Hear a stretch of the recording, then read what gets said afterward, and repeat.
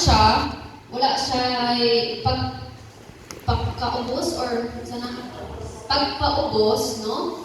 He will communicate maybe based sa iyong educational background, because we need to acknowledge po nga we are really in the church, in the church. Siguro, kung may ta classroom setting, okay ra. Kay ako, maestra, niya akong tudluan, mga medtech tanan, okay ra, kay medtech man na silang tanan. Pero in the church setting, we have different backgrounds, different educational backgrounds, different communication style at home, different environment we grow into. So, lahi-lahi kita og background. And we need to be more humble enough to understand the listener, no?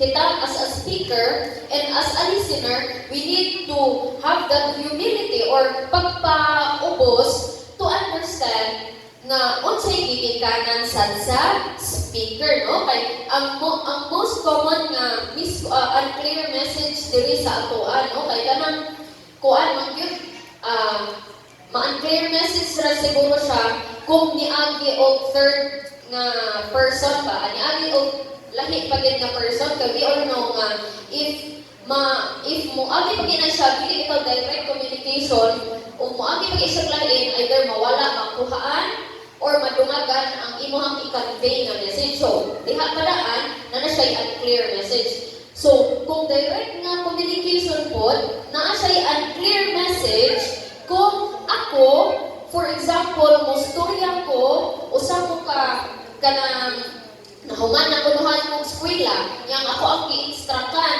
bata or high school pa, niya i-force yun na ko nga masabtan niya, which is nga nigamit ko o mga complex na mga words, no? Or for example, no? Kanang basic illustration lang, as a doctor, no? As a doctor, o istorya ko sa ko ang pasyente, o laglog kaayo nga medical terms, it will not be clearly understood sa ako ang pasyente. Because wala ako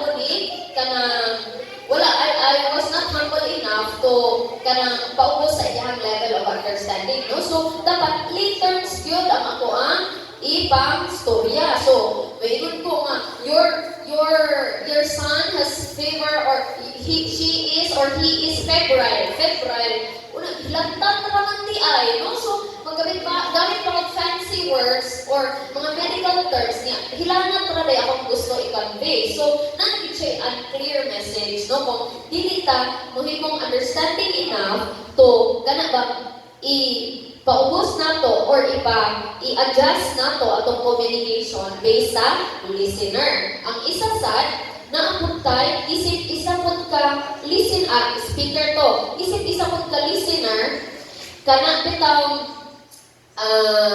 kabatay mo anang feeling of inferiority to the one speaking to you, no? Or pressure nga basig dili nimo ma-perform well, or pressure unsay istorya sa palibot sa imong performance. Also, diha nga daan nga pressure o nananadaan sa imong utok ang instruction nga mahatag sa imo, it will be so difficult to understand. No, ganahan na koy ikuan ang amo ang i-connect sa ato ang activity. So, niingon na si Ombrel nga na ay image nga i-flash, and dapat ang listener mag-draw niya kanang dili man siya exactly the same sa image, pero kanang duol-duol sa image. So pressure daan sa listener nga kinahanglan tay ko mag-draw exactly the same sa image. No? So kanang ang naminaw na siya sa with that pressure in mind, then naminaw siya sa kanang nag-instruct sa iya na anay kalibog daan. Unsa ka triangle yang ipasabot? Unsa nga lingin yang ipasabot? Asa dapita ikutang ang bintana, no? Kiningon ko sa ako ang partner na imong bintana beside the door. Duha ka bintana beside other side pud sa door. And dapat naa siya sa kanang first half sa door. Ang akong first half diri sa uluhan sa door. Ang iya din first half diri sa tiilan sa door. So ang bintana naa siya diri sa tiilan sa door. So kana ba the pressure nga dapat iya yung masunod ang image exactly the same as gi-flash, dayon ang communication dili na siya makatch because pressure na daan, no? Pressure na daan sa una-una. Then kato we need to acknowledge nga lahi-lahi kita mga tao. Dili sulod sa simbahan, lahi-lahi kita mga tao. And second, quick to listen and slow to speak, no? Kani importante kaayo ni sa sulod sa simbahan. Kay most of us, we all know, yan hita dire, we are sinners, no? We are sinners. And then sometimes we want to listen because we want to debate, no?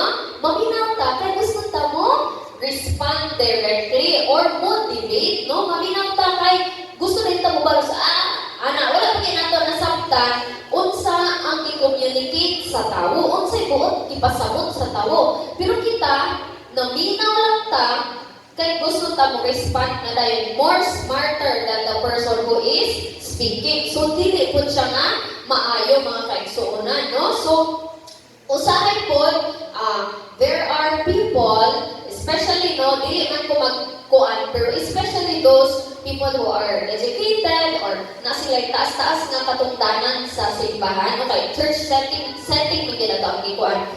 Na tayo taas-taas nga katungdanan sa simbahan, they are always reprimanded by this verse, no, nga, slow to speak and quick to listen. Kaya sometimes, kanang atong mga leader po, forgive me, wala man na sa ato ang simbahan hinoon, we thought nga, mas nindot ang atong decision, no? And we don't listen the suggestion of the members, no? So, dapat, for the leaders, we need to be slow to speak and quick to listen. Quick to listen to the suggestion of the members, no? And then slow to speak nga, ako na lang din ang masunod. Ako, kaya ako ang head dire, anak ako ang masunod. Kini dapat atong buhaton, no? So, dili na tamaminaw. Then, ang third, hapit na kita mga kaisonan, unity, no?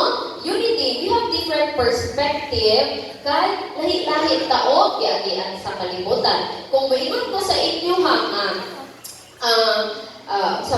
ang God is love nga verse, no? Lahi-lahi ang atong pag-interpret ni anak, kay lahi-lahi na to pag-experience ang gugma sa Ginoo. Usahay na ay na-experience na to ang gugma sa Ginoo sa kanang kaharuhay, no? Na-experience na to. Usahay po, na-experience na to ang gugma sa Ginoo sa kapit-os. Makaingat, mahigugma ang gidaya. So, lahi-lahi tao, perspective sa life. Lahi-lahi pagtag na agian sa life. Busa, lahi-lahi ang kanang the way we communicate, but still it speaks unity, mga kaigsuunan. Kay, dili man tanan nato parehas diri. Utang po diri, no?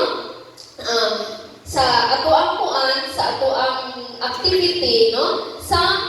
Ang uban, sa amo ang grupo diri dapita, gi-flash, then nag-instruct. Ang uban, ni-instruct sila, mag-drawing kang duha ka triangle. Sa duha ka triangle, tungaon nimo ang adlaw. Ang adlaw na ay 7 ka ray. Then mag-alternate na siya. Short, long, short, long, short, long. Oh, ino na ano mo ba? Pag-instruct, no? Pero ang kinalabasan, no? Kanang lahi-lahi din siya, no? Lahi-lahi siya ang kinalabasan na ay close to the same picture, na ay naatanan item pero lahi-lahi gibutangan, no? Wala din siya na butang sa exact place. Na ako, si Gishaling po si Belmont, grabe kayo ilahan, pinaganda, right? Drawing na kaano siya.